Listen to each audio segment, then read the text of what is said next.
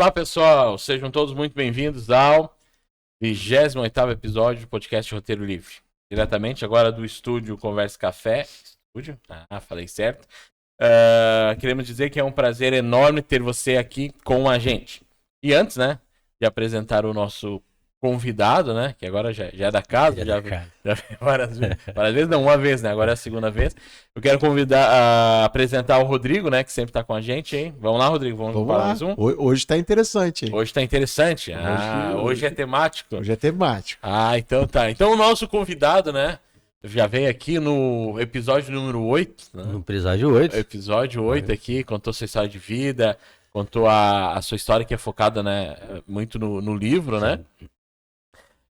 O Mestre do Pastoreiro, né? E aí hoje chamamos o Jefferson, né? Eu apresentei ele, nem passei a conversa pra ele, né?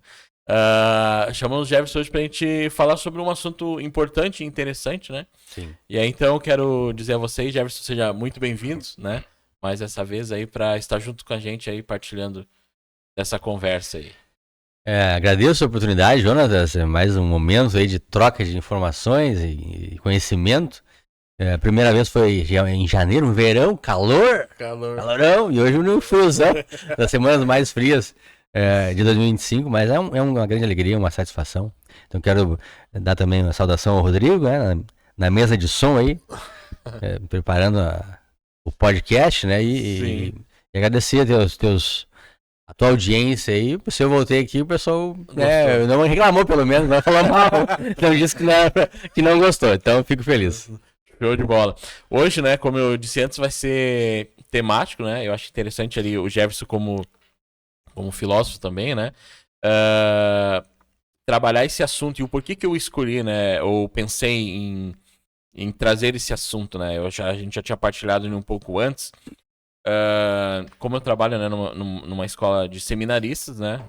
Seminarista da Igreja Católica. E antes de fazer a teologia, né? Eles fazem a filosofia, né? Terminam ali os 4 anos de seminários, depois vão ingresso na faculdade de filosofia e depois, né, na questão da teologia em si, né? Para depois serem ordenados padres. E aí, uma das perguntas que eu fiz foi, tá, mas por que vocês estudam filosofia, né? E a resposta foi, não, para entender algumas coisas do comportamento humano.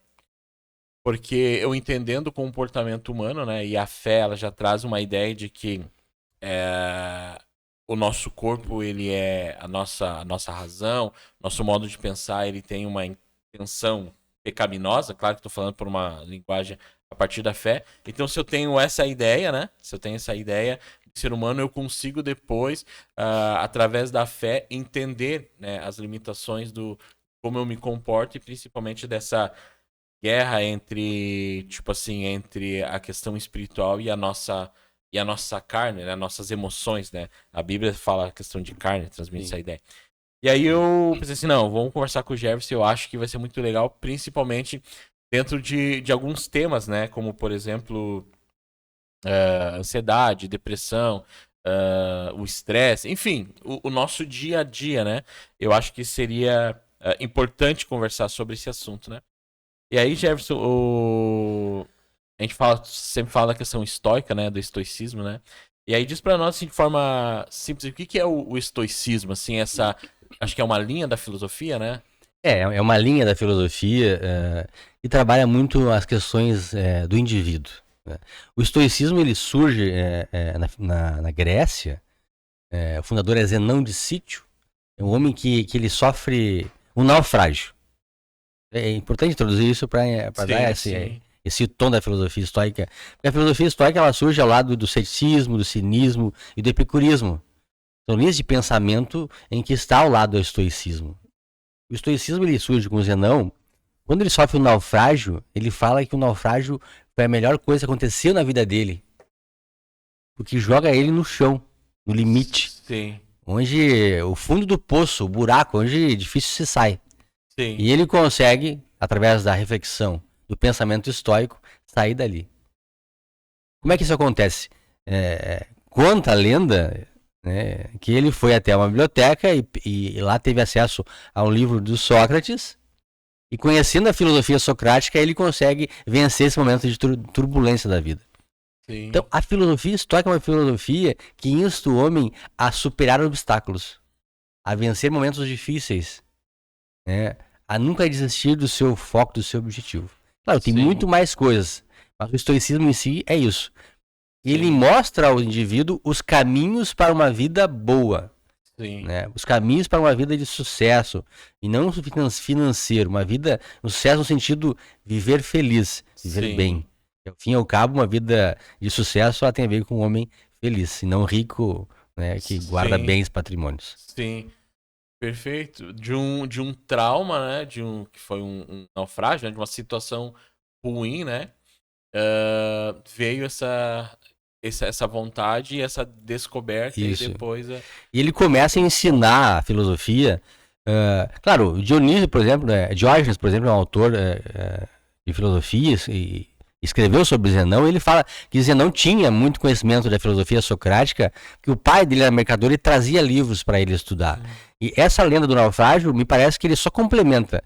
É possível que Zenão tivesse sofrido naufrágio, né? Mas ele não começa da filosofia naquele momento, ele já tinha conhecimento filosófico. Aquele naufrágio coloca ele diante do momento da vida de um obstáculo muito grande e que ele recorre à filosofia para superar. Sim.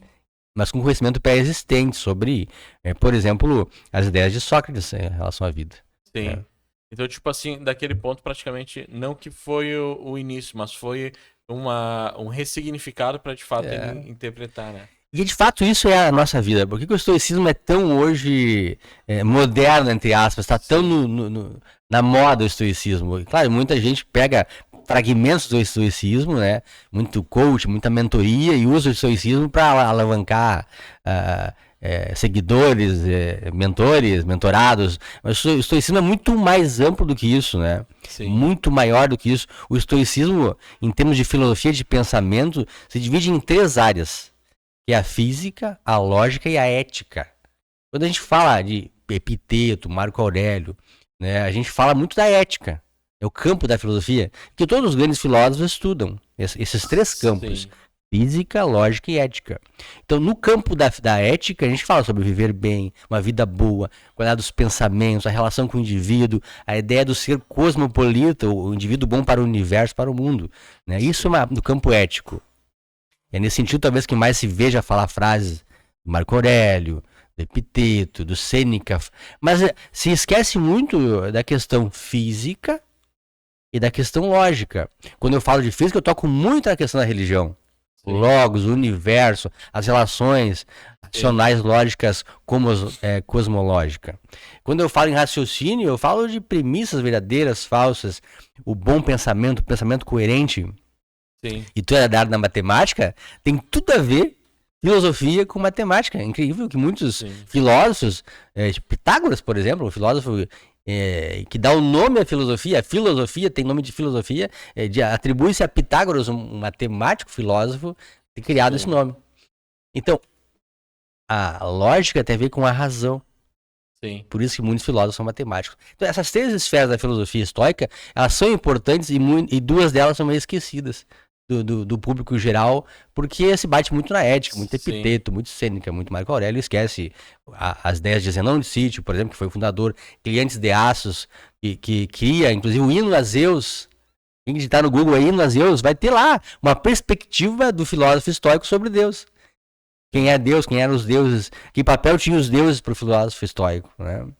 Sim, E tu for analisar isso, vou ver Crisipo, Parcidônio, essas pessoas trouxeram uma roupagem mais concreta, mais forte ao estoicismo. Que tu não tem muito acesso a essas obras hoje porque elas se perderam. Né? Tu busca esse acesso, por Diógenes é um que traz ideias de Zenão de Sítio, de Clientes de Aço, de Crisipo de Solo. Tu pega Sêneca, Marco Aurélio e Epiteto, eles remetem as ideias de Cleantes, as ideias de Zenão de Sítio. Então, a filosofia estoica ela é muito maior, muito mais ampla do que nós vemos hoje em dia nos Instagrams, nos TikToks da vida. Sim, nos recortezinhos. Mas, claro, essa parte ética ela é muito importante. Sim, sim. Ele é fundamental para entender um pouco da filosofia estoica. Eu tinha comentado, né, que a gente ia observar a questão das similaridades ou até divergências, não, diferenças, né, da filosofia e a fé mesmo, que na maioria dos casos elas como é que elas se conversam, né? A gente usa esse termo, né? Eu acho interessante que a base da doutrina cristã é muito focado nas cartas de Paulo, né? Desde de Romanos, 1 Coríntios, 2 Coríntios, ali vai as igrejas Tessalônicas, Éfeso, Gálatas, enfim. E é interessante que ele cita uma frase, né? Quando tu comentou sobre o naufrágio, ou o possível naufrágio, enfim. Paulo cita lá em 2 Coríntios, quando ele escreve que ele sofria de um espinho na carne, né? Quem sabe de fato o que é, se era uma doença, se era uma necessidade, enfim. E aí ele fala assim, esse espinho na carne veio como, e aí ele transcendeu o negócio, né? Ele falou assim, veio como um mensageiro de Satanás, daí ele fala assim, eu orei ao Senhor, eu orei 3 vezes ao Senhor, e o Senhor simplesmente respondeu, Paulo, a minha graça te basta, e o meu poder se aperfeiçoa na fraqueza. E aí ele segue a história, daí ele termina assim, aí eu pude compreender que quando eu estou fraco, é aí que eu estou forte, né? Quando eu estou no chão, no poço, aí que eu começo a descobrir a capacidade de subir. No caso, claro, ele transferiu a ajuda de Deus, né? Já esqueci o nome do fundador do... Zenão de Sítio. Ele partiu de um ponto também de esvaziamento, para que então ele pudesse compreender o mundo a partir de uma visão. Ou seja, sempre teve o mesmo start, no momento de vazio. Né? No momento de vazio. Um pro lado da razão, claro, Paulo pro lado da fé, mas, tipo, o início foi muito similar, né? E é por isso que a filosofia estoica ele é tão bem aceita hoje em dia. Tu vai falar um pouco sobre ceticismo, cinismo, epicurismo, tu vai falar muito. Né? E estão ao lado, em mesma época quase, do estoicismo. Você fala muito sobre estoicismo. Mas é exatamente por isso que tu coloca, Jonatas, aí, que ela é tão válida hoje em dia. Veja, passaram 2.300 anos da fundação do estoicismo. Sim. E ela hoje é muito, muito próxima do homem. Por quê? Quem na vida não passa num momento de tristeza e de dor? Não digo assim a dor de bater o dedo no canto da mesa, não digo essa dor, a dor de perda mesmo. Perder um ente querido, né, de sofrer uma notícia drástica de uma doença, né? Ter uma família para sustentar e perder o emprego, por exemplo, né? Ter um do nada sumir, pulverizar, sei lá, quebra da bolsa. Roubo, um golpe, e você se vê sem dinheiro. Ou seja, uma decepção muito forte, um fim do relacionamento em que a tua vida estava calcada naquele relacionamento, e para as pessoas que sofrem isso é o fim do mundo praticamente. Nesse momento, né, é um momento crucial da vida do homem. Sim, é o do vazio. É o do vazio. Então, tanto a religião quanto a filosofia estoica, não só ela, mas falando sobre ela agora, dão um caminho possível. Sim. Dão uma luz, uma possibilidade. E é com forma virtuosa, com coragem, e a virtude da filosofia, vencer esses obstáculos. Mas, para além disso, a filosofia estoica entende que esses acontecimentos, Jonatas, isso que é importante marcar isso aqui. A filosofia estoica entende que esses acontecimentos, e são exatamente esses acontecimentos mais dramáticos, mais cruéis, mais difíceis, eles são feitos porque você pode aguentar. Mas, para além disso, porque vai te deixar o ensinamento. Marco Aurélio, nesse livro aqui, Pense como Imperador, que é um livro traduzido por Donald Robertson, e Donald Robertson traz ideias da obra Meditações, é um diário do Marco Aurélio, ele fala que não há nada que aconteça ao homem que não seja para o próprio homem. Então não há nada que aconteça ao homem que não seja para o seu crescimento, para o seu aprendizado. Então entender um processo ruim, uma fase difícil, um momento de extrema tristeza, decepção, é exatamente aquele momento que eu penso assim, por que isso está acontecendo comigo? Eu não mereço isso. Isso é injusto. É nesse momento que tu tem que ter a reflexão, achar calma, para entender nesse processo o aprendizado. Sim. Né? E desse aprendizado pode surgir coisas muito bacanas, maravilhosas. E talvez nesses momentos, quando tu supera ele, tu perceba que aquilo te ajudou a ser melhor. E não só para si, mas para ajudar as outras pessoas, ajudar o universo. Sim. Nessa lógica cósmica, que é, eu estou me preparando não para ser melhor para mim, mas ser melhor para o universo, para o mundo, de forma cosmológica, né, de forma geral. Sim. Eu estava procurando aqui, né? Também é muito, muito interessante essa assimilação, similaridade, né? Da questão do entendimento. Tenho um texto, né, também de Paulo, né, onde ele fala que por isso que eu me alegro, né, nas minhas tribulações, ele fala. Que as tribulações produzem em mim perseverança, a perseverança gera em mim esperança e tal. E aí ele traz essa mesma questão de que aquilo, né, que a gente trata no início, quando estamos no momento de vazio, como algo ruim, ele é um start para um novo caminho, né? É um start para um novo caminho. E aí esse novo caminho inicia com o aprendizado. Então tudo aquilo que a gente começa a ressignificar todos os problemas da nossa vida. Ah, eu tô com essa dificuldade, esse problema, o que por isso está acontecendo? Aquilo, se eu olhar por um lado, é claro que eu falo a questão da fé, eu ressignifico isso e a partir daquilo eu entendo que se aconteceu a dor, se aconteceu o luto, se aconteceu isso, tem um propósito, né? E aí Paulo fala, eu me alegro nas minhas tribulações, eu alegro nas minhas dificuldades, porque isso vai produzir em mim algo, né? E aí então, na mesma linha, né, quando tu falou ali do estoicismo, né? Aquilo serve para aprender e ao mesmo forma também, né? Replicar, né? Então a gente começa a olhar as dificuldades agora com outros olhos, os problemas com outros olhos, porque sempre vai acontecer. Hoje nós estamos aqui conversando e a gente não sabe o que vai acontecer segunda, nós não sabe do futuro. Porém, né? Se acontecer, a gente pode olhar com um olhar desesperador, ou a gente pode entender, não, a gente tem que olhar com um olhar de propósito. Sim. Ou seja, o que isso está me ensinando? Ou o que isso quer me ensinar? Que se está me ensinando, e é claro, a filosofia trata com a questão do logos, né? Nós tratamos com a questão de Deus, né? Jesus, né? De Jesus. Eu começo a perceber, não, se eu estou passando por isso, é sinal que eu tenho que desenvolver algo em mim. Eu estou numa fase de aprendizado. E esse aprendizado, a gente fala na fé, ele não pode ficar armazenado em nós. Isso a gente chama egoísmo, né? A gente multiplica, né? A gente transforma a fé em obras. E aí eu replico. Então, tipo assim, também corre numa linha paralela de similaridade, né? Exatamente. Ou seja, eu produzir para o outro também. Exatamente. Né? E essa vinculação entre o cristianismo, por exemplo, o cristianismo e a fase romana do estoicismo, que é a fase mais conhecida, elas guardam muita similaridade, né? Elas guardam muito. Tanto que há um conflito ali de ideias. O próprio Paulo, em Atos, ele critica ali abertamente o estoicismo e o epicurismo. Ele critica isso, né? Então havia naquela época essa troca de ideias em que a filosofia e a religião, especialmente o cristianismo começando, incipiente, eles entram numa troca de ideias, porque eram muito parecidas as questões, só que uma atribuía a divindade Deus, uma figura muito representativa, né? Sim. E o outro atribuía essas questões ao universo, ao cosmos, algo não tão palpável, uma divindade mais energética, mais fluida, mas que também presente. Então essa é a diferença. Sim. Às vezes eu vejo assim, tipo, qual que é a diferença de pensamento e por que naquela época entrou a disputa fé e razão, né? E, enfim, entenderam como mais uma disputa e não uma compreensão, ou, tipo assim, um entendimento de que estão caminhando para o mesmo propósito, né?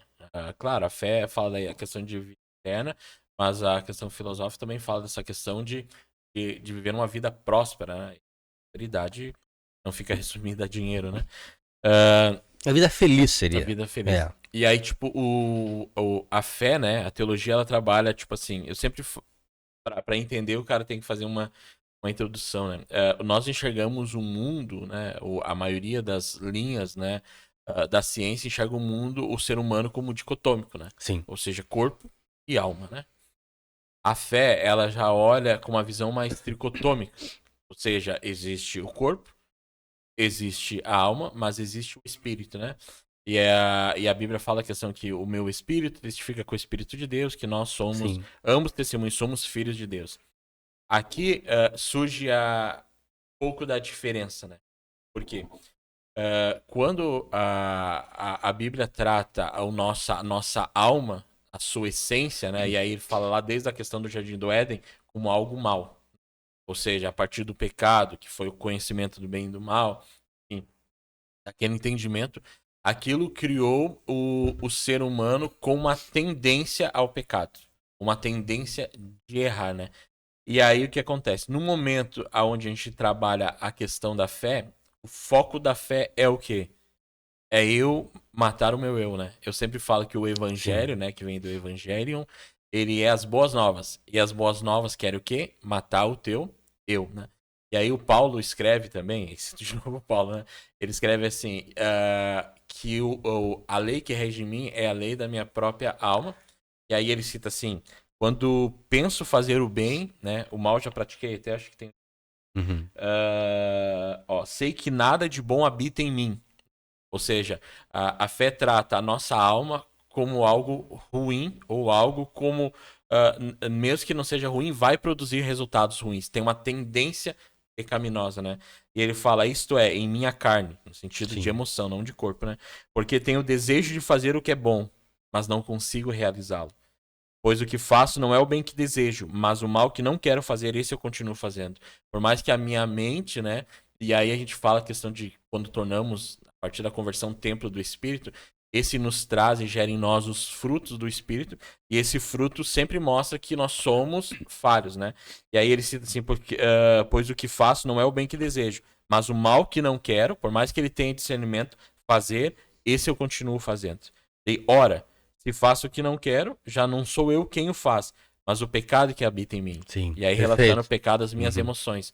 O que está acontecendo? É as minhas emoções, né? Assim encontro esta lei que atua em mim. Quando quero fazer o bem, o mal está junto de mim, né? E aí ele cita, né? No íntimo do meu ser tenho prazer na lei de Deus. No íntimo do ser eu tenho prazer na lei de Deus. Mas vejo outra lei atuando. Ou seja, a outra lei atuando nos membros do meu corpo. Guerreando contra a lei da minha mente, tornando-me prisioneiro da lei do pecado que atua em meus membros. E aí a gente fala da guerra, né? Pecados da carne e frutos do Espírito. Quando nos convertemos, claro, estou falando tudo a partir da fé. Claro. Né? Quando nos convertemos, gera em nós o fruto do Espírito.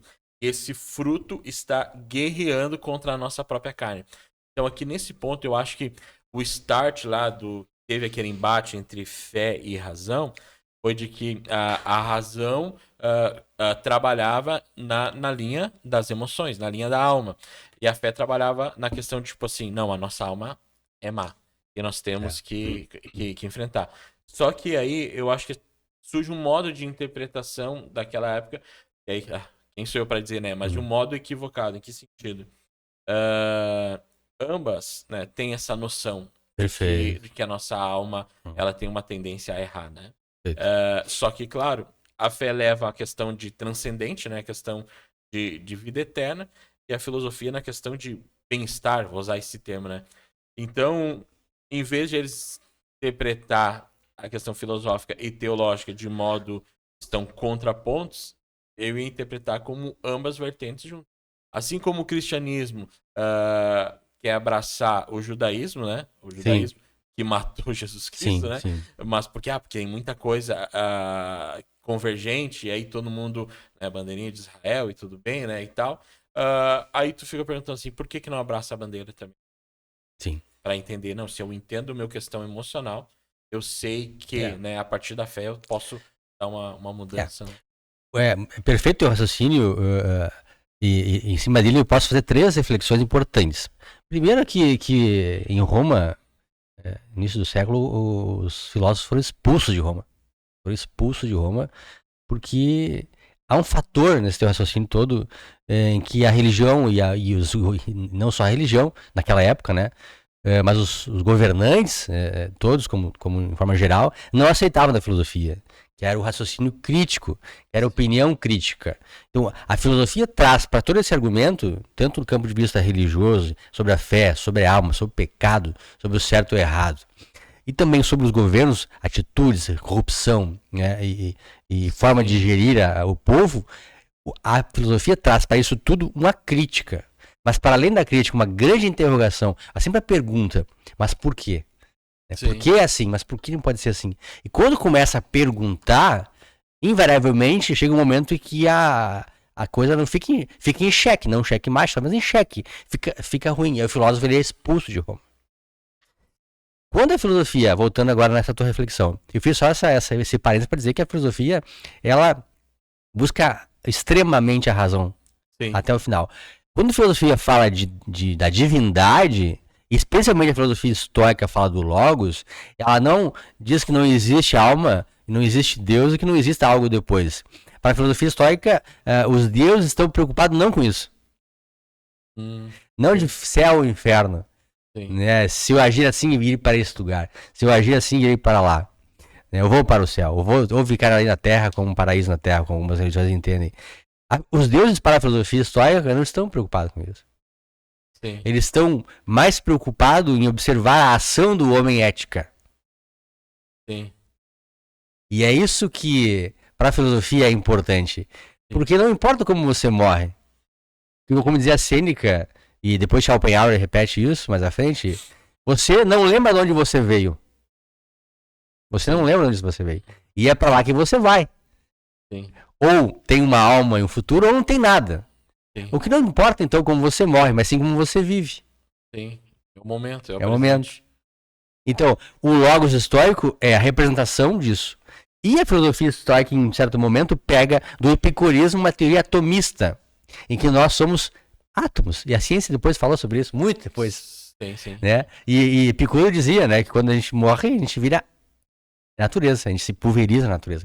Atômica, átomos, a menor partícula. Então, de certa forma, essa lógica de estar distribuído, voltar para o universo, pode ser o paraíso, pode ser o céu, Sim. Pode ser até o inferno na cabeça de algumas pessoas. Sim, pode ser, sei lá, um outro planeta. Mas essa teoria filosófica não desqualifica a teoria religiosa. O que a teoria religiosa quer incutir o inferno, quer incutir o céu. Não se descarta isso, mas não se afirma tão categoricamente para a filosofia. A filosofia deixa a verdade em aberta para que se raciocine sobre isso. Pense sobre isso. A filosofia trabalhou só com trabalhou não. Menciona só a parte do... Se preocupou, deu maior destaque para a questão do viver. O pós, né? Como tu disse antes. Da onde eu nasci ou da onde eu morri. E o que é o que a religião também ensina? Isso, o homem viver de forma correta, honesta, íntegra. Tem uma questão moral. Lá em Gálatas, por exemplo, que fala dos frutos do pecado, frutos da alma, né? Sim. E quando tu fala em pecado e alma, eu trago para a filosofia estoica também essa dicotomia. E sabe qual é a dicotomia para o estoicismo? Virtudes e vícios. Continências ou incontinências. Continências ou incontinências. Sim. Então, virtudes para o estoicismo é viver conforme os frutos do espírito. Sim. E os vícios para o estoicismo seria o pecado. Sim. Veja que guarda a igualdade. Não, é muito similar, porque Paulo fala assim, o que as virtudes? Ele sabe fazer o bem. Sabe fazer o bem, não. Ele, no pensamento, ele sabe o que é o bem. Essas são as virtudes. Porém, na parte dos vícios, o mal eu pratico. Ou seja, por mais que eu seja, mas eu não sei o que está acontecendo, eu sempre tenho a tendência a pecar. Ele fala assim, quando eu penso fazer o bem, o mal eu já pratiquei. Perfeito. Quando eu penso na minha virtude, vem os meus vícios. Perfeito. E aí, tipo, o mesmo procedimento. Sim, e lá em casa, por exemplo, a minha esposa é bastante religiosa, ela lê muito a Bíblia, sabe? Sim. Então, a gente debate muito, né? No café da manhã nosso demora 1h30, eu e a Fabrícia, quando dá tempo, né?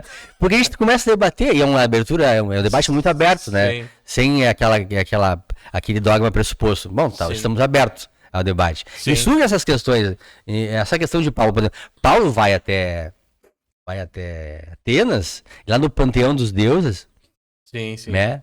Ele aponta para um deus ali que não tinha nome, não tinha rosto, né? E ele fala, esse é o Deus criador de tudo. É o Deus desconhecido. Então, quando tu fala que Paulo faz essa referência, veja que Paulo mergulhou na Grécia. Ele foi até a Grécia. Ele naquela época, ele trocou conhecimentos e era um homem muito inteligente, muito sábio.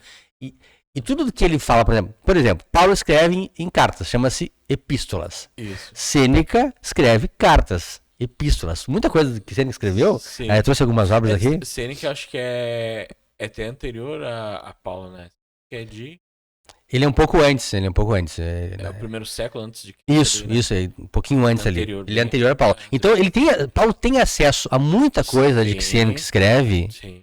Né? Porque naquela época não tinha a Bíblia, né? Não. Então Paulo ele era um leitor. Só tinha a Torá mesmo. Ele é um leitor. E ele, para ser um crítico, como era um homem inteligente, ele era promotor, se não me engano, pretor, não é? Promotor, né? Ele era um fariseu, né? O fariseu é uma linha do judaísmo mais radical. Mas dentro do Estado ele tinha uma função. Da questão depois, ele trabalhou para ganhar cidadanias, né? Acho que ele era tipo uma forma de acusador, se não me engano. Eu li uma obra sobre Paulo de Tarso, mas era um cunho mais espírita, que falava um pouco mais sobre ele. Mas talvez ele esteja confundido. Mas Paulo, voltando aqui ao raciocínio, ele era um cara intelectualizado. Certamente ele teve acesso às obras de Sêneca. Aos filósofos, com certeza. Né? Certamente. Então, essa forma dele escrever, mandando cartas, é uma forma muito, muito, muito semelhante à que o filósofo estoico Sêneca fazia. Sim. E, aliás, os pensamentos muitos de Sêneca são muito semelhantes aos pensamentos de Paulo.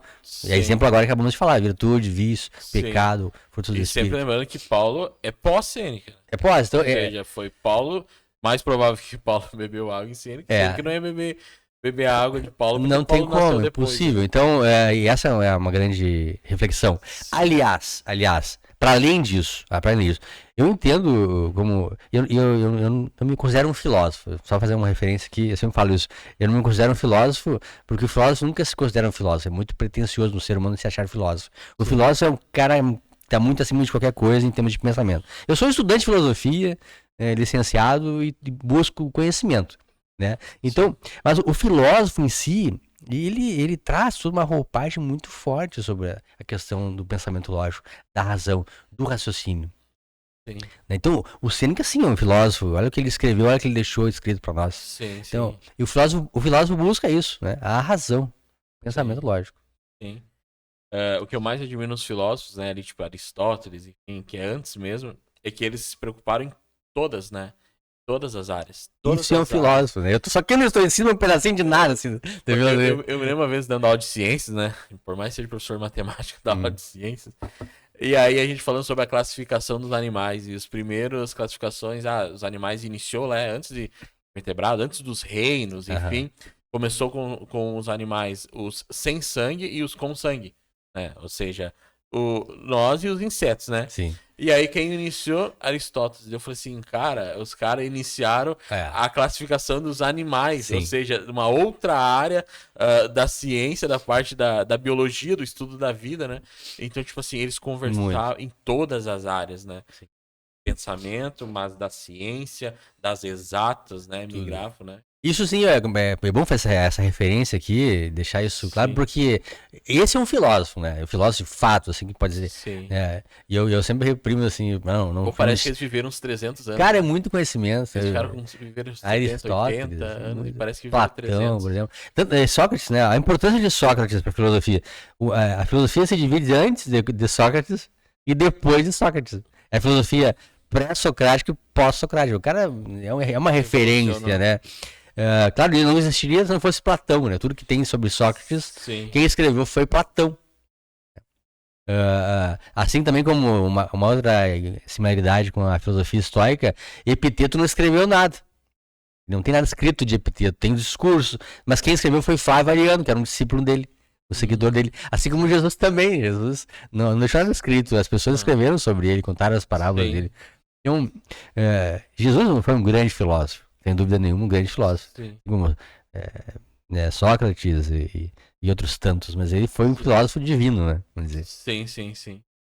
E tanto que 4 anos só de que ele iniciou a missão, né? Sim. Mas aí que tá aí. Jesus é um exemplo disso, né? Foram 4 anos de 4 trabalho potencial, muita energia, mas quantos anos ele ficou se preparando? Sim. É uma vida toda de preparação. Só dá alguns trechos do Jesus adolescente e a vida é assim, né? Ontem eu dava palestra para as crianças no comitê ali em Sapucaia, adolescentes, na verdade. A gente fez uma palestra de manhã e de tarde lá com eles, né? E eu falava que a vida é difícil, a preparação não é fácil. Às vezes leva anos se preparando para ter alcançar um objetivo na vida. Sim. E falava para eles, né? Vocês têm que firmar aqui, né? Morder os lábios com força. Sim. E vai vir a dificuldade, vai vir um momento difícil, vai vir aquela dúvida, mas a vida é feita de dúvida. Aliás, Schopenhauer dizia, né? A vida é dor, sofrimento e angústia, com alguns momentos de felicidade. Então você tem que saber disso. Saber disso, senão vai se decepcionar. Qualquer obstáculo vai parar. Qualquer obstáculo vai te fazer parar, vai fazer recuar. Mas tem que ter essa percepção. Tem que pegar no jovem hoje, adolescente, né, e falar, cara, não vai ser fácil. Vai ser difícil. Sim. Tu não pode desistir. Sim. Ah, vai tá ruim, vai estar cansado, vou estar com sono, eu vou ter que levantar cedo, eu vou ter que estudar mais. Mas a vida é feita disso. Sim, sim. Né? A vida é feita disso. Essa parte da dúvida, né? O cristianismo chama de falta de fé, né? Mas eu acho importante porque às vezes a gente trata. Ah, mas como assim? Como assim a dúvida? Daí eu sempre faço uma pergunta assim: quem tem certeza? Falando a partir da visão da fé, quem tem certeza da salvação? Então, crê. É uma Uma grande dúvida. dúvida. É uma grande dúvida. Então, não só em relação da vida eterna, mas em Sim. relação a todas as escolhas, né? Mas, Jonatas, o universo, ao arrepio de qualquer religião, qualquer pensamento filosófico, qualquer discussão entre homens sobre qualquer coisa, o universo ele tá despreocupado com isso. Ele tá seguindo a lógica. Ele tá seguindo o seu destino. Ele tá conseguindo o universo em termos de logos, de divindade, tá? Sim. Você pode entender como Jeová, como Deus. E quando eu falo universo, entenda Deus. Sim. Né? Mas então a Deus. Deus, nessa ideia lógica, cósmica, estoica, ele está seguindo o seu caminho com a humanidade. Está sempre em progresso. Sempre em progresso. Sempre em progresso. Seja eu, indivíduo, seja a coletividade, seja o universo. Ele está sempre em expansão e sempre em crescimento. Essas discussões sobre Deus, sobre fé, sobre religião, é uma discussão micro entre nós, entre seres humanos. Sim. Mas o universo está despreocupado com isso, ele está seguindo o seu caminho. Sim. Vejamos, por exemplo, o conhecimento de Sócrates, de Platão, do próprio Zenão de Sítio, que buscou, eu entendo que buscou em Sócrates, Sêneca, que buscou em Zenão de Sítio, Marco Aurélio, que busca em Sêneca, em Epiteto, né? Schopenhauer, que depois busca também, muita coisa de Sêneca tem na ideia de Schopenhauer. Agora, todo esse povo buscou conhecimento aonde? Sócrates, por exemplo, que é tido antissocrático, pré-socrático, é tão importante. Ele buscou conhecimento aonde? Se você buscar Cantar de Salomão, Deuteronômio e Provérbios, grande parte do pensamento filosófico, da filosofia estoica, do epicurismo, do ceticismo, estão lá. Sim. Grande parte do que Sócrates fala, grande parte está lá. Sim. Então, o conhecimento, ele vem e dá a origem da humanidade. Sim. Nada é estranho. Não foi Sócrates que chegou assim, mas por que você está indo para a guerra? Por que você não está fazendo coisas mais éticas? Né? Por que você não conhece a ti mesmo? Por que você está tão ansioso com amanhã? Sim. Onde é que você vai achar isso aí? Vai achar isso lá na Bíblia. Nos escritos. A Bíblia também teve referências, né? Exatamente. Então, há um projeto maior, racional, lógico, universal, para que o homem tenha o conhecimento. E viva melhor. Progresso. Viva eticamente, viva melhor. Sim. Talvez o dogma religioso, algumas questões limitam o homem. Aí nós podemos entrar na outra questão, né? Aí outra questão na filosofia histórica do campo da física, né? O homem vê-se com a sua natureza. Mas aí vai pesar o negócio aqui. Aí só vai cansar em casa, vai dormir. Não, eu acho interessante que a fé, ela se torna um pouco... Não interprete mal, mas ela se torna um pouco preguiçosa em alguns termos. Porque o que acontece, né? A fé, ela é o trabalho do descansa no Senhor. Descansa no Senhor. Claro que descansar não é parar, né? Descansar. Se eu estou cansado, eu tenho que fazer uma ação para ficar descansado, né? Então, descansar não é parar. Essa ideia, tipo, de descansar se torna pro cristão um modo mais confortável, né? Claro que o Mateus vai dizer assim, o cristianismo foi inventado para o ser humano ter um descanso das suas aflições. Aí outra linha vai dizer, assim assado. Eu sempre trabalho assim, a questão da vida, né? E aí até a questão de ansiedade, estresse, até depressão mais ansiedade. A humanidade, ela trabalha com uma visão, né? De expectativa das coisas, né? Eu tenho uma expectativa das coisas, eu tenho uma expectativa que eu vou ver o meu filho crescer, eu tenho uma expectativa, né? O potencial, que Aristóteles falava, né? Assim, o menino, ele é potencialmente um pai, né? Que futuramente, não que ele vai ser de fato, mas ele é potencialmente, né? O mundo, então, trabalha com essa expectativa. E o mundo, quando eu falo, né? O universo, né? A partir da fé, eles trabalham com uma outra palavra, que é muito similar, mas muda. Trabalha com uma esperança. E aí tem uma historinha que eu conto, né? Para o pessoal entender a expectativa e a esperança, né? Esperança é eu me acordar e saber que o ônibus vai passar às 8 horas da manhã naquela parada. E eu vou lá, espero, chego um pouquinho antes, né? Espero e fico esperando o ônibus passar.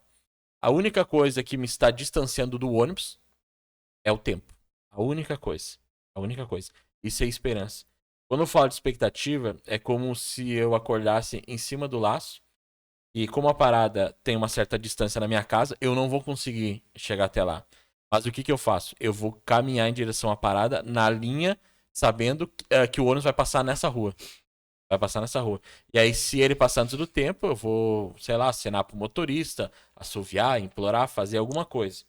Só que aí, né, a minha certeza de que eu vou pegar o ônibus já começa a colocar outros fatores. Não somente o tempo. O motorista pode parar, se ele pode, a empresa deixa ele parar. Enfim, são inúmeros fatores. Isso é expectativa. Outro é esperança. A esperança é o ato de eu esperar, né? Vem do verbo esperar. Sim. Expectativa vem da questão de que eu acho que vai acontecer, eu acho que vai acontecer. A fé trabalha muito com a esperança. E a partir da esperança, tu começa a entender as coisas da vida. Tem um livro do Bibo Nunes, que é... eles falam bem assim, o Deus que destrói sonhos. E aí tem, tipo, um dos exemplos que fala assim, de um rapaz que, eu tive um filho, eu tive uma menina, e o meu sonho era eu dançar a valsa dos 15 anos com a minha menina. O meu sonho era eu entrar no casamento com a minha filha, quando ela casar. Eu brincar com meus netos. E a minha filha nasceu com autismo. Ela não tem condição alguma, não tem condição alguma de conduzir isso. E aí, se eu trabalhasse no campo a gente fala no campo das emoções, da expectativa, ia culpar a Deus. E aí eu cito assim, tem muitos ateus, eles não são ateus convictos. Eles são apenas decepcionados com a fé, né? Sim. E aí, são simplesmente isso, né? Porque 90% do que eles falam é criticar Deus. Tá, mas se tu é ateu, tu nem cita Deus. Deus não é nem tua referência. Quando eu trabalho a pessoa, né? A pessoa quando ela trabalha na questão da esperança, né? E aí Hebreus 11 fala da fé, do esperar, Sim. né? É o firme fundamento das coisas que se espera, a prova real das coisas que vão acontecer, ou seja, lá no futuro, eu espero. E aí, se acontecer algo errado, é claro, e esse esperar, daí tem a questão do tempo, né? Nós entendemos o tempo como o tempo Cronos, e tem o tempo Kairos, que é o tempo de Deus, né? Uhum. Tipo, é relativo de pessoa para pessoa. E se não acontecer aquilo que eu espero? E se acontecer alguma coisa? Eu tenho meu filho de 6 anos, ele pode morrer com 7. Eu não vou, talvez, botar a farda dele lá com 18 anos. Eu não sei o futuro, Sim. né? E aí, se acontecer? É quando eu não tenho expectativa, eu tenho esperança em Deus, né? Aí eu cito a música do Serino Marçal, né? Que ele fala bem assim, se Deus fizer, ele é Deus. Se não fizer, ele continua sendo Deus, né? Então, tipo assim, aí quando eu coloco essa esperança, eu começo a encontrar conforto no luto, nas desgraças da vida, né? Vou usar esse termo, nas desgraças da vida, né? Então, nesse ponto, claro que é difícil tu ter essa fé, essa compreensão, a dor da despedida, ou esperar em Deus, saber que a vontade dele é soberana. Falar é lindo, né? O agir é totalmente difícil, Sim. né? E se acontece a primeira pergunta que a gente faz como cristão, por que isso, Deus? Por que isso, Deus? Sim. E aí, quando eu não entendo um propósito, né? Como a gente falou bem antes, né? De ressignificar as coisas. E aí, novamente, como tem antes do Paulo, né? Tipo assim, não, eu me alegro nas minhas tribulações porque elas vão me ensinar alguma coisa. O luto me ensina alguma coisa, né? A perda me ensina alguma coisa. Eu deixo... Se eu começo a entender isso, né? Que é algo me ensinando, começa a viver de forma descansada, né? E aí, né, Provérbios fala, né? Tipo, os Salmos falam, né? Cansa no Senhor, né? Ou tipo, joga os teus caminhos no Senhor e tudo mais. Então, a fé trabalha, tipo assim, com essa ideia de... E aí, por isso que eu citei a questão preguiçosa, que ela se torna um pouco, tipo assim, não, tem que só descansar no Senhor, tem que descansar. E aí, sabe o que mais acontece? Surge impaciência. Da minha forma, é impaciência. Exatamente. Eu fico pensando assim, porque quando eu converso com um idoso, por exemplo, ou eu conversava com a minha mãe, e a minha mãe era sempre, sempre religiosa ao extremo, meu Deus. Claro, eu sou religioso, mas a extremidade me dá uma impaciência. E aí eu falo assim, mãe, a gente tem que fazer isso assim. Meu filho, espera no Senhor. Olha, várias vezes ela passou por aqui. Tomar uma chinelada, capaz. fica assim, como esse excesso de paciência produz uma impaciência? Porque nós, né, aí os nossos vícios fazem com que, não, nós queremos que a coisa aconteça. Então, esse tempo de esperar no Senhor, de descansar no Senhor, é difícil, né? E aí, tipo assim, aí tu começa as lutas da vida. Então, tu tem que trabalhar outras maneiras, né? Isso que tu falou resume uma questão muito importante. Primeira coisa, é um princípio da filosofia estoica, né? Até eu tenho um e-book sobre isso, vou te presentear com um e-book, vou te mandar depois pro teu WhatsApp. Sim. Sobre filosofia estoica. O nome do livro do meu e-book é Estoicismo, Você é Seu Pior Inimigo. Sim. Tá? Você é seu pior inimigo. Porque a vida é impermanência. Isso é um princípio, um pensamento da filosofia estoica. Você encontra isso especialmente na obra Meditações de Marco Aurélio, que é um diário do imperador Marco Aurélio, que é o último estoico célebre que existiu. E ele fala muito sobre isso. Em cima da impermanência, tem uma ideia de viver o momento presente. O estoico insta o homem a viver muito fortemente o momento presente. Não de forma desvairada, enlouquecida, como se fosse morrer amanhã. E aí fazer tudo que é errado e pecado. Não, a ética tem que estar em cima de tudo. Sim. Em primeiro lugar, a ética. Mas viver o momento presente, para a filosofia estoica, é aproveitar esse momento aqui com a gente. Nós estamos aqui. Então, eu estou aqui totalmente integrado a vocês, dando o meu melhor. Me preparei para vir aqui. Eu sabia que esse momento é um momento importante. Sim. Estar com os filhos, por exemplo, no fim de semana. Estar ali presente com os filhos. Atento, carinhoso, não é? Dando o que eles precisam, recebendo deles o que eles querem te dar. Carinho, atenção. E dando com a esposa, com a mãe, com o pai. Estar presente. O imperador romano, quando voltava da batalha, Marco Aurélio, ele pedia que alguns dos seus assessores lá dissessem ao ouvido dele, quando ele voltava triunfante das batalhas, dissesse a ele no ouvido que ele era mortal e um dia morreria. Chama-se memento mori, do latim. Memento mori. Ou seja, você um dia morrerá. Você não sabe quando, acabou de dizer isso agora, tu falou. Você não sabe se amanhã vai morrer. Viva o presente. Entregue com amor, com carinho, com atenção. Viva o presente. Sim. Né? E Epiteto tratava muito a questão da dicotomia do controle. E aí podemos entrar nessa fase do estoicismo, nesse momento do estoicismo, que é controle das emoções, dos pensamentos.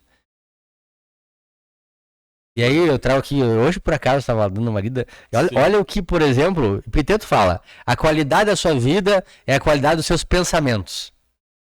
Sim. Foque naquilo que você pode controlar. Se os eventos externos te prejudicam, você nunca vai ser feliz. Sim. Você se preocupa demasiadamente com o futuro, você não vai ter feliz no presente, jamais. E olha o que eu achei hoje, né? Acho que foi em Deuteronômio, eu não sei qual é o capítulo, porque é um trecho. Depois vou dar uma pesquisar isso aqui. Sim. Mas é um trecho da Bíblia, acho que é Salomão falando. Tenha cuidado com o que você pensa, pois a sua vida é dirigida pelos seus pensamentos.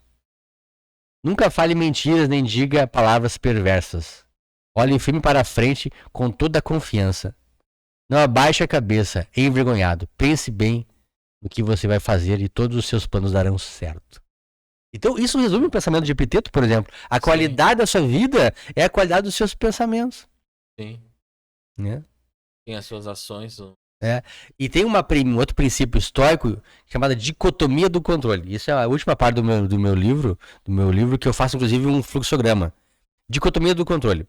O que diz a dicotomia do controle? É que você tem que focar naquilo que está sob o seu controle na sua vida.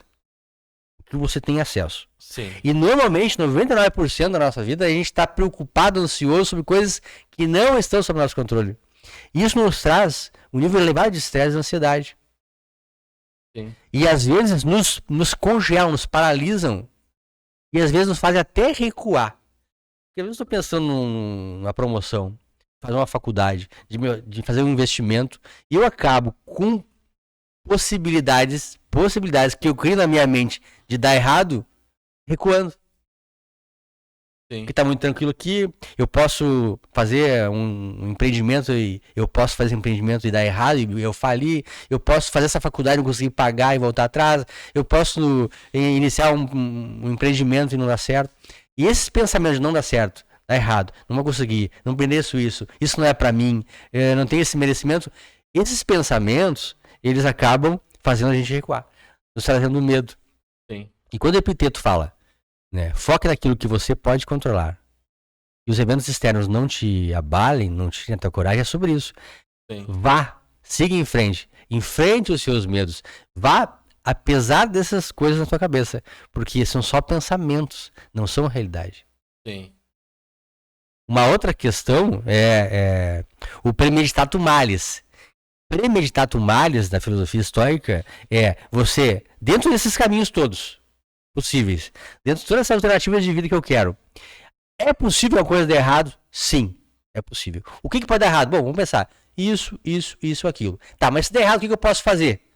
Isso, aquilo. E eu sigo. Sim. Ou seja, eu não penso que aquilo vai dar errado e por isso tem que voltar atrás. Eu penso que se isso acontecer, eu tenho uma alternativa para seguir à frente. Sim. Entende? Então, essa fé, voltando à questão de fé e esperar, o esperar não pode ser, de fato, algo que vai fazer tu ficar parado. O esperar da esperança não pode ser algo que faça tu ficar assim, na zona de conforto. Sim. Tá bom assim pra mim, eu tô esperando em Jesus. Eu tô esperando o final dos tempos, eu vou vivendo no paraíso. Então, pra mim, tudo tá bom, tudo tá maravilhoso, não é? Tudo tá bem. Você não pode anular a sua vida, a sua existência, mas, especialmente, você não pode anular a sua natureza com medo, com preocupações, com ansiedades que criam na tua cabeça problemas, obstáculos que te fazem recuar. Sim. Sabe que tem um campo aí que é bem interessante, por isso que eu gosto até da matemática. Tô trabalhando com a turma do terceiro ano. A gente chama de curva normal, né? Ou a curva de Gauss, né? Que é, enfim, matemática que morreu em 1855. Né? E ele trabalha sobre a questão da tendência central. Não sei se moda, média, mediana, né? Ou seja, existe uma média da onde você está. E essa média é a tendência central. Ou seja, tudo conspira para estar próximo daquela tendência central, né? E aí, claro, a partir daquilo existe, né, o desvio padrão. Ou seja, um desvio do padrão, né? Tem uma margem, mas 68% próximo, né? A partir dessa pesquisa estatística, a gente gera uma probabilidade de como as coisas vão acontecer, né? Porque a gente fala assim, mas a exata e o ser humano que tem a ver, né? Sempre passa um guarda-chuva, né? Tudo parte do ser humano, depois do ser humano gera comportamento, o ser humano tem comportamento, comportamento gera a economia, né? Economos, né? É a lei do meio que vivemos, né? A palavra nomos vem do grego lei e tal, né? Uma pessoa anormal tá fora da lei, uma pessoa normal tá fora da lei. E aí, eu sempre trago uma reflexão que a gente sempre diz, você é a média das 5 pessoas que você... A fruta não cai longe do pé. O compadre Washington falava, né? O tio pau que nasce torto não se endireita, né? E aí, tipo assim... E aí eu trazia essa reflexão pra questão das exatas, né? Pra entender que é uma tendência central do meio que você vive.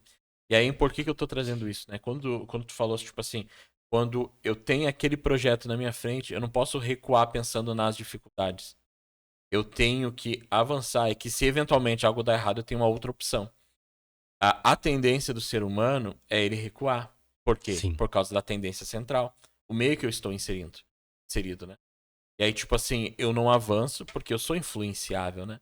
Então, quando a gente pensa na filosofia, pensa em estudar como uma questão de progressão de vida, eu tenho que entender aonde eu estou também e, ao mesmo tempo, enfrentar. Por isso que o processo é doloroso, né? Que nem você falava com as crianças, né? Aí, tipo assim, a tendência das crianças é ela serem réplicas da realidade dela. Da realidade do pai e da mãe. Ou seja, para ela mudar isso, ela vai ter que, muitas vezes, a grande probabilidade... Aí ele inicia a curva de Gauss, né? 68%. Próximo. Uma dispersão, a gente chama, né? Uma medida de desvio padrão a 95%, 2 e 97,4 e tal. E o 0,15 de cada lado, né? Que a gente chama as exceções... ou seja, quase improvável de acontecer, são esses que ressignificam. Né? Sim. E aí, tipo assim, a pessoa que nasce numa realidade e ela transforma essa realidade. Por incrível que pareça, ela é o 0,15%. E aí, tipo assim, então a gente, quando a gente pensa em evolução de entender o ser humano, né? O ser humano começa a partir desse ponto. Opa, eu tenho que entender. E aí a gente fica perguntando assim, tá, mas como eu perder esse medo? Esse medo de iniciar um novo projeto? Porque se esse projeto, se eu falir, eu vou ter que começar do zero de novo. Aí o camarada pega a rescisão da empresa dele lá, os 30, 40 mil, e ele tem medo de investir esses 30, 40 mil. E se investir, vive uma ansiedade cruel, Sim. porque ele pensa mais na ideia de se eu perder, termina tudo. E não pensa que há uma outra possibilidade. A outra possibilidade que se ele perder, né, é uma outra solução, há um aprendizado, né? Vê estatística de empresários bem-sucedidos. Sim. Quantas vezes faliram? E aí eles pararam? Eles recuaram? Não, eles pegaram daquilo, ressignificaram, agora nós temos um resultado novo. E é bem isso. E a vida é sobre isso, é resiliência, é vencer o obstáculo, é superar. Eu separei aqui um texto aqui, que é importante eu colocar o que o autor fala também. A gente fala aqui, mas onde é que o cara tirou esse negócio? Esse texto aqui, por exemplo, é uma obra do Sêneca, eu vou botar aqui. Sim. Aprendendo a Viver, é uma obra escrita há 2000 anos, praticamente. 2000 anos. Sim. E ela casa perfeitamente com o que tu diz agora aqui, raciocinando sobre ela. Ele coloca aqui. Ele manda uma carta, é uma epístola que ele escreve pro Lucílio, que é um amigo dele. Tá? Sim. Ele fala o seguinte: interroga a ti mesmo, pressupondo que um Deus te permita escolher se preferes viver em um mercado ou em um acampamento. Viver, Lucílio, é ser soldado. É por isso que aqueles que se arriscam em missões mais perigosas através de penhascos e desfiladeiros são os mais valentes. A elite da tropa. Já aqueles que se ocupam apenas com leves tarefas, enquanto os outros dão o máximo de si, esses não passam de mocinhos delicados no abrigo, mas sem honras. Passa bem. Uma carta E é exatamente o que tu fala agora. Agora isso aqui foi escrito há 2000 anos atrás. Eu acho muito interessante. Foi escrito há 2000. Um cara há 2000 anos atrás escreveu isso aqui. Sim. E por que isso aqui é tão atual? Porque é a realidade. Porque a realidade é... Não, eu acho interessante que eu trouxe a mesma ideia e tem, né, sem observar assim, tipo assim, a escola média é 6. Aí vem um camarada, terceiro ano de ensino médio, e fala assim: professor, eu sempre fui o melhor aluno. Sempre fui o melhor, sempre fui o melhor. Aí eu descobri que com 6 já é suficiente pra mim passar. E aí tá 6 pra mim, tá bom. Ou seja, eu trouxe uma tendência central. Aquele que é o nível 4, ele tem chance de evoluir pra chegar à média 6, né? Que a média é 6, né? E aí, claro, só que hoje a educação brasileira, né, bota recuperação na recuperação, EAC do EAC, ou seja, implora pra pessoa passar. Sim. Mas a tendência é sempre centralizar. Ou seja, ser o mocinho, o mesquinho. Agora, aquela exceção de ser o 10, de ser o top, de ser o número 1, de romper com a realidade que está inserido, de romper com o comportamento das pessoas que estão ao redor, de romper e ser o diferente, como o Sêneca escreve, Sim. ser o que vão nas grandes montanhas, ser o destaque, esses aí são o percentual menor. Mas aí as pessoas têm a ideia de escolher, né? Isso. Ou você vai ser aqueles, ou senão você vai ser só mais um. A vida é escolha, né? A vida é escolha. Sim. Então, e a filosofia estoica, ela insta o homem, então, a usar a razão. Sempre usar a razão em tudo que for fazer. Sim, sim. E dentro dessa uso racional, tá, evidentemente, as escolhas. Então, sempre a gente tomar a decisão, e isso tá ao teu controle, exatamente, na dicotomia do controle. O que vai acontecer no futuro, tem vários fatores que podem influenciar.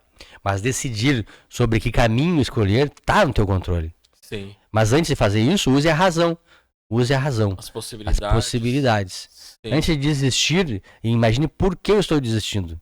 Quais são os remedos, os obstáculos reais que estão me fazendo desistir. E se aí sim achar uma lógica racional e que não seja né, que não seja só a ansiedade e o medo, sim. Aí sim desista. Não vou atravessar uma ponte que está quebrando porque eu tô. Evidentemente é algo muito concreto, né? Que tem um precipício. Agora, se é um medo infundado ou com pouca chance de acontecer, você tem que seguir em frente, tem que vencer e agir naquilo que tu tem controle. Sim. Jarvis, tu trouxe uns livros aí. Quais são e os resumos, o que eles falam, a ideia central deles? Essa obra aqui do Donald Robertson é uma obra maravilhosa. Ela traz muitos pensamentos. Ele é um americano? Um americano, Pense como imperador. Né? Isso aqui, ele pega as meditações de Marco Aurélio, que é um livro escrito, é um diário escrito por Marco Aurélio, todas as batalhas, os momentos dele de dúvidas frente à vida, os medos, né? As decisões, Ele pega o Donald Robson e coloca com as palavras dele, com reflexões do Donald. Ele é muito bom porque tu vai uma escrita mais compreensível, porque Mais mastigável. o filósofo, vai ver lá, Meditações é pesado, a Meditações ela é pesada. Eu li umas 2 vezes e na segunda vez li com mais calma, grifando para poder entender. Então, essas frases do Marco Aurélio, todas que estão aí, tu não acha lá no Meditações, porque ela já tá depurada aqui, ela aparece já, né, maquiada ali para ser perceptível. Sim. Mas é de viver o momento presente, tudo lá. Sim. E nessa obra ela faz muitas reflexões muito importantes, assim, eu gosto de anotar bastante, risco bastante, então aconselho os senhores a ler essa aqui. Sim.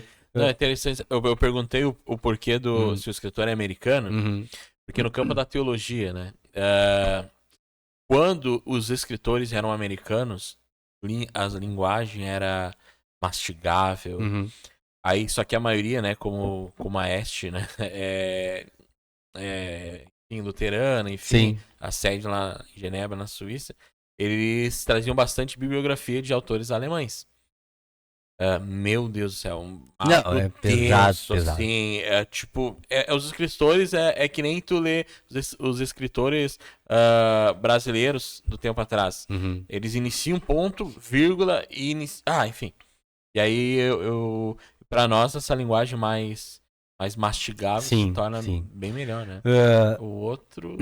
Aqui nós temos Epiteto, né? Que é uma seleção de discursos dele, que foi escrito por Flávio Arriano. É uma série? É uma seleção de vários discursos, porque Epiteto virou um professor de filosofia, né? Sim. E o Flávio Arriano escrevia as aulas dele. Então tem alguns discursos dele aí. Flávio Arriano... Foi um discípulo de Epiteto. Sim. Foi... Então viveu quase... Conviveu. Tá escrito, né? Aí, embora traduzido, guarda muita... Sim, um manual de Epiteto e a mesma coisa... Isso aqui de Epicuro, é a mesma série.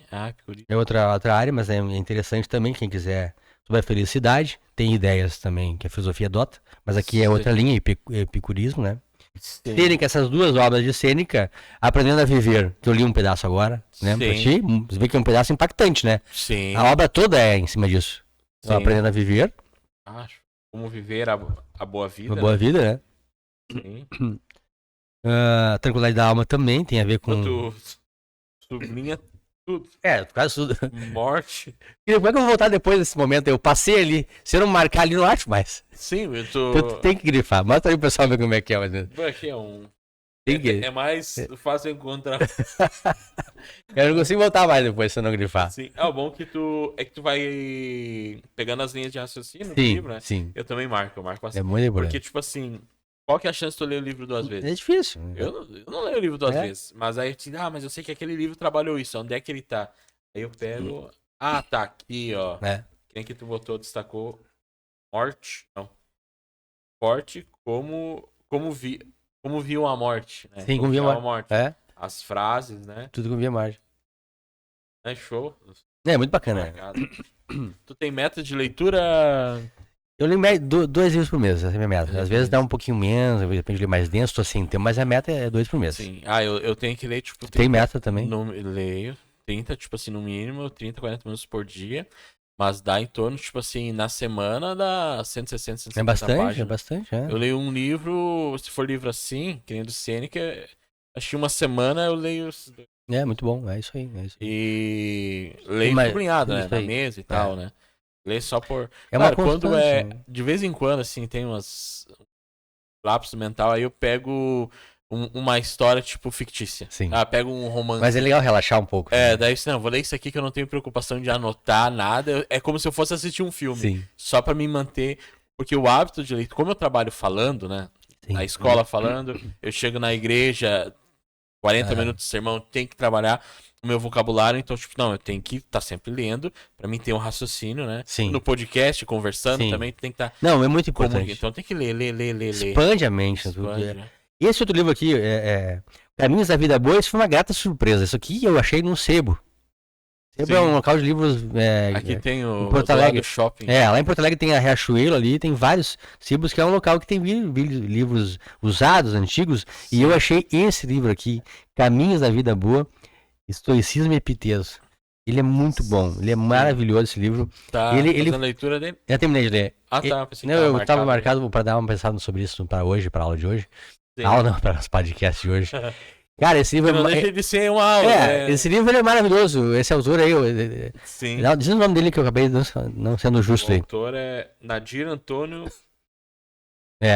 Ele pegou o estoicismo desde o começo, trabalhou os vícios, as virtudes, trabalhou alguns autores importantes. Sim. Muito bom. Ele é de Porto Alegre, da PUC, esse livro aqui. Filosofia em Brusque. Mas é mestre em filosofia pela Unicinos. Achei que era da PUC. Filosofia pela PUC. Doutora pela PUC, O livro é maravilhoso, estava lá esquecidinho, eu fui lá e comprei ele. Foi uma grata surpresa. Mas veja, o universo está sempre se comunicando com a gente. Esse livro aí eu fui lá, achei, pum. Esse outro aqui, por exemplo, o Pesca o Imperador, eu tava escrevendo meu livro. Ele no Instagram. Isso. Eu tava escrevendo meu livro e lendo, porque o livro Mestre e o Pasteleiro, é o último que eu vou falar. Ele tem muita referência de estoicismo. E eu ganhei de presente esse livro aqui do amigo meu. E tava na minha fila de leitura. Né? E esse eu achei no sebo. Esse eu já tinha. Eu vejo que o universo ele te ajuda. Ele te ajuda também. Sim. 2 livros que vieram pra mim sobre estoicismo que me ajudaram a pensar a vida do meu pai, morando na rua e tal. Sim. Com coisas assim. Então o universo tá sempre se comunicando. A gente tem que estar atento a essa questão lógica. É que a gente não veio aqui botar papo fora. Foi algo muito importante. Se as pessoas assistir nosso podcast e botar em prática, a vida vai melhorar. Vai melhorar. É progressão. Então, assim, outra dica: fiquem atentos aos sinais do universo. Para dentro da religião, o universo está sempre te dando caminhos e possibilidades. Se você é ateu, não interessa para o universo. Ele vai te mostrar o caminho sempre. Isso é irrelevante para o universo. A divindade, Deus, vai estar sempre querendo te ajudar. Sempre. Então, esses 2 livros são isso. A ira, esse aqui sobre a ira é muito bom. E, cara, tem insights sobre a ira de Sêneca incríveis. Vê se eu anotei alguma coisa aqui. Porque a ira, né? Todo mundo. A ira trata como algo mal, né? Mas a Bíblia fala assim: irai-vos, mas não pequei. Ou seja, não é pecado, não é mal. A ira é uma indignação. Isso. Uma revolta sobre algo que você acha justo, né? Ó, bota aqui. Portanto, a raiva não vem para ajudar a coragem, mas para tomar o seu lugar. Sim. Né? Aqui, bota aqui. A raiva.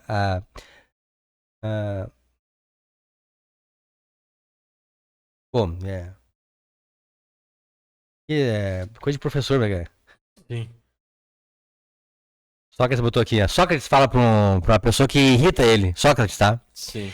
Eu esbofetaria você se eu não estivesse com raiva. Porque ele segura as emoções. Não era o momento. Sim. Eu esbofetearia você se não estivesse com raiva. Então, esse livro sobre raiva é muito importante. Aconselho quem é muito estressado, muito nervoso, muito impulsivo, a ler esse livro sobre raiva. Sim. Calma o coração. E ler esse livro. Ler esse livro que vai dar muitas ideias positivas. Sim. E por último, eu vou indicar o meu livro também, que tem muita questão. O Mestre e o Pasteleiro é a minha obra que eu escrevi ano passado. Já vendeu alguns exemplares. Bastante, né? Graças a Deus. Vai, olha o Instagram ali. Graças a Deus, bastante livro. E eu tô trabalhando no segundo livro, né? Sim. Então, assim, sobre estoicismo, também o Mestre e o Pasteleiro eu indico. E tem um próximo livro, que é o Pasteleiro. E o terceiro livro, a trilogia, é o Mestre. Então serão no final três obras. Então também indico isso.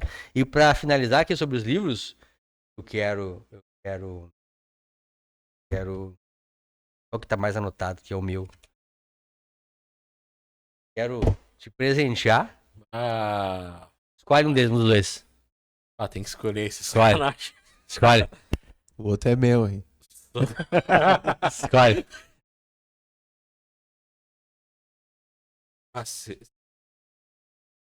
Vai, que dá a dúvida, né? Tá, agora é o universo.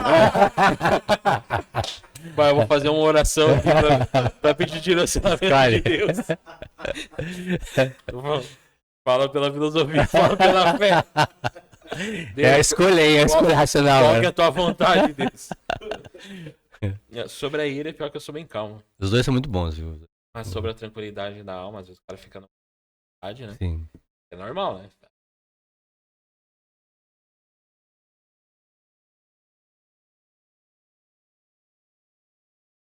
Não porque meu filho nasceu no dia 4 de julho, né? Dia da independência dos Estados Unidos. Deve ser um tradutor, porque essa é a obra do Sêneca, né? Sim. Quem traduziu ela? Quem que organizou? Mas a gente já viu que tem que trabalhar a questão da dúvida aí, né? Ah, é falta de fé. Na fé é falta de fé, né? Na fé é No falta mundo de é a fé. dúvida. Na dúvida, tu me Não, eu vou ficar com sobre a tranquilidade É. mental. Tá, então outra do Rodrigo, então. Ah. Eu dei preferência pra tu escolher, mas a outra eu ia dar pro Rodrigo, tá, Rodrigo? Tá, deixa aqui. Tu vai me emprestar. Eu, Então depois eu a te gente empresto, troca. então, depois eu te empresto. Eu tenho dois sobre Tu é ele. segunda divisão. Então, Rodrigo. depois a gente. Primeiro, o titular escolhe o colete. Isso aí. É por aí mesmo. Tá, eu te empresto o meu da Ira, mas Ah, depois não. me devolve, né? Sabia Sim. que tem dois tipos de idiota, Não, né? faz o seguinte. Sabia que tem dois tipos de idiota no mundo? O que empresta o livro e o que devolve o livro. Não, vamos fazer o seguinte. É o mesmo livro lá no Rodrigo. É o mesmo, né? aham. Então deixa eu pedir emprestado pro Rodrigo. Ah, bom. Porque o Rodrigo eu Não, vi você que se ele fez toda hora- elogio. Então tá. Pode passar Não aqui. seremos idiotas, então. Ele já vai me emprestar. Pô, viu que eu perdi, né? Já viu que. Já deu com 2, né? Sim. Do Jefferson eu tenho que devolver, né? Uma Já condição, viu? Né? Ainda mais que o livro dele tá Vai marcado. marcado. Né? Agora já o do Rodrigo eu não preciso devolver. Já viu, já viu que eu ganhei, mas nem Pô, vou. ele ficou assim há botar a 3 mão. meses criticando porque eu prometi dar um relógio pra ele. Ah. Não sei se tu tá naquele episódio eu comentei. Tá, Não me lembro. Ele ficou assim, cara, tu me prometeu me dar um relógio e eu sempre me esquecia. mano, E a nem- parte mais indignante foi que uma vez eu comprei o relógio e eu vim, deixei dentro do carro. E voltei. Aí minha esposa, e esse relógio tu não entregou? Eu, meu Deus do céu, vou ter que ouvir hoje. mais. Foi outra uma semana. luta, mas ó. Tá lá, aqui, ó. Tá parado. Pra o relógio. onde eu for. Tá lá o relógio. Não, eu falei Ele assim, vai vai, lá. chegou num estúdio chique, né? Ele não vai colocar o relógio Sim. da vovó Marta lá, né? Não, tá ali, ó. Amarelo Brilhantou ainda queimado, mais no aquele estúdio. relógio. Dourado. Rapaz, Dourado, brilhantou. Dourado é Minha riqueza. versão tá massa. Não, mas tá lá. Bah, Jefferson, olha. Cara. Então, a cada ciclo, ele veio no episódio 8, veio no episódio 28, provavelmente no episódio 40, 38 tá por aí, então. 38 ou 48, a gente espera 20. Aí no episódio 8, sabe que o 8 pros chineses é importante. É, né? tem, porque em cima do infinito, uma coisa assim. Pra mim, é. pouco importa. Né? Pra mim é só 8. Pra mim é um dos piores dias, porque tu recebe sempre no dia 5, no dia 8 já não tem nada. Capaz, né? Não, recebe dia 30. O Estado paga dia 30, né? É. Graças a Deus não tá Sempre no atrasando o último salário. dia. Graças a Deus não tá atrasando o salário. Mas assim, ó, muito obrigado, Jefferson. Lá no episódio 48. A gente volta de novo, se dá um. Né? E a gente vai trabalhando temas, porque assim, ó. É importante aprofundar todas as áreas. Sim. Eu falo pra igreja, nós estamos falando de fé, ok, nós estamos falando de teologia, mas entenda a questão histórica, a questão filosófica, Sim. a questão psicológica. Abre o entendimento. Porque Sim. no final, em uma forma ou outra, eles vão, eu sempre uso o termo beber água, né? Eles vão beber água da mesma fonte em 80%. Talvez vai ter aquela discrepância de 10%, 20%, mas eles vão fundamentar. Sim. Tipo, eu vejo as disciplinas da escola, todas vão se conversar em algum momento. Ah, mas é exata, é humanas, é linguagens. Elas vão se conversar. Então, tipo assim, procure esse saber, né? E a maioria dos meus... Meus não sou dono de ninguém, né? Bom, apartamento tem um filho e é só até os 18 anos, né? A maioria das pessoas que assistem, né? Eles são cristãos. Mas é importante eles terem essa ideia, tipo assim, não... eu também tenho que buscar em outras áreas, entender a partir da razão, a partir da filosofia, a partir da psicologia, Sim. a partir da sociologia, né? Eu Sociologia. falo as 3 linhas, né, que querem entender por que o ser humano é assim, né? A sociologia vem que o ser humano Sim, nasce e bom. a sociologia, bom. é minha área de mestrado, né? Eu gosto muito da sociologia. Sim, e aí tu começa a trabalhar. A psicologia diz que o ser humano é assim porque o ambiente que ele foi criado é assim e tudo mais. E aí o geneticista, né, o médico, ele trabalha assim, não, ele é assim porque... Não, o pai dele era assim. É. Né? Ah, é uma questão genética. É. A mãe dele era assim. A avó dele era teimosa, então ele tem... A única coisa, claro, que eu fico pensando, né, que a gente sempre destaca no ser humano são os erros, né? Sim. Tipo assim, qual que é aquela pessoa? Raramente tu vai descobrir as qualidades, né? Se a pessoa é muito próxima, tu vai ver defeitos. Sim. Defeitos, né? Que a gente não pode, aí eu sempre falo que a gente não pode aplaudir os defeitos. Né? A gente tem que destacar os defeitos, mas a gente tem que corrigi-los, ou pelo menos, se a gente não consegue, né, erradicar, controlá-los, pelo menos. É, perfeito, é isso mesmo. Controlá-los, pelo menos. Jefferson, muito obrigado aí pelo seu tempo, num sábado, agora a parte da manhã, sábado frio, Sim. né? Mas Eu venho na tarde do verão, outra vez, agora no frio da manhã, né? oposto, né? Dá um Não é que eu venho na primavera a próxima vez, né, velho? 20 episódios e dá em torno de 3 meses, É. dá em torno Ó, de matemática, 13 né? semanas, né? Eu não somos 4 semanas por mês, né? Somos Sim. 13 semanas por Ah, ano, né? você faz assim. Claro que o ano tem 52 semanas, né? Então, tipo, aí vai dar em torno de 4 meses. É meio, primavera, 5 meses. verão. É isso aí, Verão. a gente já vai estar lá em 7 meses. Volta de novo, né? Então vamos ajeitar pra ser na primavera, então. Primavera. Cada estação ali, já estação ele vem com a roupa colorida. E aí entrou pra reserva ou ainda tá pensando? Falta um pouquinho ainda. Em abril fecha meu tempo, né? Mas ainda tá pensando, né? Tô pensando ainda. Eu tenho alguns projetos, né? Lá na escola tem o Flávio Soria. É. Entrou na reserva em 2013. E é professor de geografia. E é Aí- militar aposentado. Sim, 2013 Olha entrou só. na reserva. E aí eu falo assim, cara, mas tu é louco? Porque tu não aproveita a tua vida? Sim. E ele, cara, eu precisava me encontrar. Então eu vou dar aula pra essas crianças. Olha, não é fácil ser professor, E né? ele é surdo de um ouvido, É. né? Porque é canhoto por causa do tiro. E ele falou que na época não, Uhum. protetor auricular já era, né? Coisa errada. E aí ele. Bom, ele fala gritando. Ele dá aula pra uma turma lá, uma turma muito na 103, né? Tu só escuta na outra sala, o Flávio tá gritando. Ele é baixinho, parece o Enéas, né? Sim. mas é legal. Mas Dependendo aí, ó, entra na reserva e. vou dar aula de filosofia. Vai lá. Professor de filosofia. E aí já trabalha essa. Eu vou me dedicar mais também Ali tu vai a trabalhar teu escrever meus profissional, livros teu e tudo. Mas tem que ser. As vontades de pegar pelo pescoço. Tem que Mas, trabalhar. Jonatas, cara, eu quero te agradecer muito, muita oportunidade de me falar sobre filosofia estoica, que é uma área que eu considero muito importante. Quando eu me encontrei na filosofia, eu fui fazer licenciatura em filosofia em 2020 e durante o curso me encontrei. A filosofia estoica me achou, me Sim. encontrou. O universo me mostrou algumas coisas ali, né? E eu me identifiquei com a filosofia estoica. E a minha vida, especialmente do meu pai, da minha mãe, tem muita relação com uma vida, né, que necessita coragem e resiliência. E isso me fez identificar com ela, com essa filosofia. E eu poder estar aqui no teu podcast, tá? Sim. Falando sobre ela, explicando um pouco mais a filosofia, porque eu me indigno com pensamentos rasos sobre filosofia estoica que a gente vê nas redes sociais. Sim. Pessoas Pílulazinhas. assim. e às vezes colocando coisas que a filosofia estoica não tem nada a ver. Sim, nada nem a ver. falou aquilo. Sucesso financeiro, seja um estoico, seja um homem bem sucedido. É ao contrário, vai ler Tranquilidade da Alma, por exemplo. A vida simples, Sim, uma vida sem grandes complicações, sem Sim. grandes malas e mochilas, porque a vida simples, a felicidade não está em relação a isso. A Sim. felicidade está ao contrário, em a vida mais calma, Sim. mais simples, mas com mais calor humano. Essa que é a filosofia estoica. Sim. Então, tu me dá essa chance de vir aqui, dar um primeiro passo para que as pessoas Sim. que estão atentas, gostam de leitura, gostam de filosofia, se apropriem desse conhecimento. E eu te agradeço muito por isso. Sim. Muito mesmo, te agradeço muito. Tenho que marcar uma conversa. Tem um convidado que veio aqui, o Célio. 3, 4, 5 episódios atrás. Ele é filósofo também, fez um mestrado na Unicip, tá fazendo agora na URGS, né? Eu falo pro Célio que ele só não é perfeito porque ele tem uma visão política diferente da minha, mas tá tudo certo, né?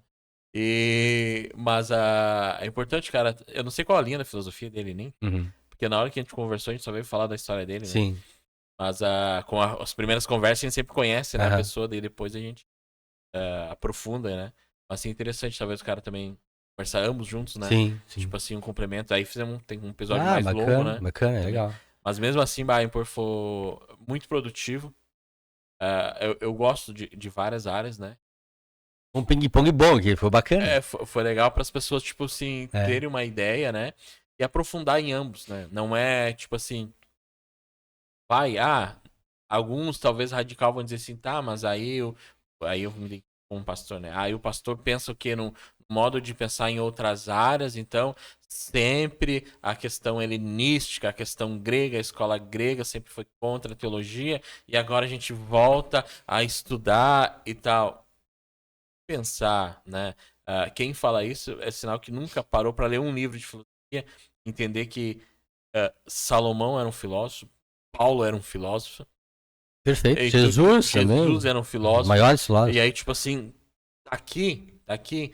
Só que eu acho que eu não sei se a fé É que muito não demonizou é muita isso, não é coisa. isso. Eu vou te dizer por quê.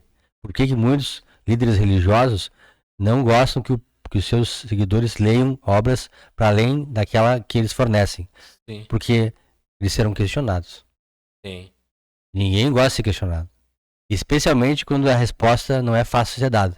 sim, A resposta fica no campo da abstração, né? E aí a pessoa mais atenta e não obtendo aquela resposta, ela não vai seguir sim. essa pessoa. Então, alguns líderes religiosos, especialmente aquelas regiões Usam muito estudo. fechadas, muito dogmáticas, elas não gostam que as pessoas leiam fora daquilo Sim. que é dado ali. Não deixa eu pensar. Então, veja a Idade Média, o que foi a Idade Média? Queimaram livros. Sim. Queimaram livros. Né? Então, Sim. isso resume essa ideia desse tipo de perfil de autoridade eclesiástica que não insta, não Sim. incentiva o seu líder, o seu discípulo a ler. Então, romper uma bolha, isso por isso que a religião é muito criticada em algum aspecto. Romper uma bolha. A tendência central na área da matemática. Eu tô escrevendo aqui uma bolinha. Romper uma bolha é difícil. Sim. Para quem é muito. Aí eu tenho que estudar sobre psicologia, tem o superego muito elevado. Quem tem o Sim. superego muito elevado, ele vai cumprir as tuas ordens. Muito também. E se ele acreditar em ti, na tua religião, ele vai te seguir piamente. Ele não vai conseguir romper essa bolha. É esse Sim. perfil que muitos religiosos procuram. O perfil, Sim. o cara que lê, que sai, tá lendo, tá saindo. Por favor, Questionador. vai, pode ir. Sim, Pode ir. não Eu vou ter alguém aqui que vai ter o superego muito elevado e que vai me seguir. E Sim. eu fazer com ela o que eu quiser. Pedir muita coisa. Sim. Mas eu ia pra outro programa, né? Esse é outro programa. isso aí. Por É, isso as pessoas Que não. daí a gente entra naquela palavra do próprio Paulo, né? Da renovação da mente, que nada Sim. mais é da quebra de culturas e, Sim. enfim. Não, eu gosto muito da questão de Paulo, e aí é interessante, tipo assim, eu gosto, eu trago uma palavra, ele diz assim, eu me fiz de grego para com os gregos. Não é que ele era camuflado, não é que ele era falso, não é que ele estava ludibriando as pessoas para chegar até elas, mas ele dizia o seguinte, eu me fiz de grego para com os gregos, me fiz de judeu para com os judeus, né? Fiz de romano, porque ele dizia, né? Quando ele foi preso pros romanos, e aí os romanos Sou iam cidadão sentenciar romano. ele, e ele assim, vocês não sabem? Mas eu sou um cidadão cidadão romano. E aí todo mundo, opa, ele é um cidadão. Aí chegava nos judeus, eu, Paulo, fariseu. Sim. E aí, tipo assim, as pessoas olhavam assim, opa, Circuncisado. circuncidado. Sim. Ou seja, ele era tudo e todos. Então, tipo assim, por isso que eu chamo o missionário perfeito, né? Então, por que ele fez isso? Pra reaproveitar e aproximar das pessoas? Também, mas daí ele cita, eu me fiz disso para que o evangelho de Cristo chegue até você. E por que em Atenas ele é tão bem aceito em Atenas? Porque ele faz isso inteligentemente. Ele mostra um rosto lá no panteão de vários deuses. Sim. De um deus que não tem rosto, ele fala esse é o Não Deus. tinha ninguém Não ali. tinha ninguém, inteligentemente. Mas Sim. para além disso, quando ele fala que Jesus é filho de Deus, ele está vinculando ao semideus, que para Atenas, para Grécia, como em geral, Sim. tinha havia o Hércules, que era um herói. Exato. Entendeu? Então ele foi, tem um outro cara que é semideus, filho de Deus também, quem é Jesus, aí como é. Sim. Então Paulo por isso também foi muito inteligente, foi Sim. usado por Deus, lógico. Sim. E aí por isso a questão é importante e por isso que e aí volta lá no start do porquê dessa conversa. Por isso que eu sou protestante, né? Mas o catolicismo traz isso. Antes de você ser um sacerdote, ou seja, ordenado a padre, você tem que estudar filosofia. Você tem, ou seja, elas não são contrapontos, elas são complementação, né?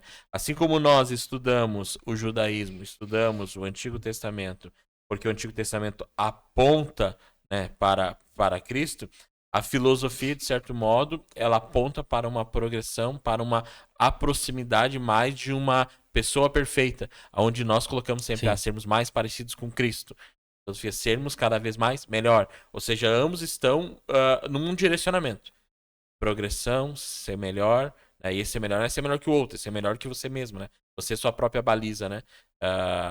Curar as dificuldades, enfim, né? Aquilo que a gente comentou nesse podcast. Né? Assim, ó, pra resumir então, quanto mais uma religião, e só pra fechar essa questão da religião e filosofia, se aproxima de um escopo, de um objetivo, de transformar o homem transformar o homem de forma positiva, ou seja, quanto mais uma religião busca desenvolver no homem as suas virtudes, que é coragem, justiça, sabedoria e equilíbrio, mais essa religião está próxima à filosofia, está próxima do objetivo do Logos. Sim. Agora, quanto mais uma religião restringe, castra o homem, limita e tenta subordiná-lo a um dogma muito rígido, sem liberdade, por exemplo, E sem de base. escolha, sem base, muito mais se aproxima de um governo autoritário do que uma religião. Sim.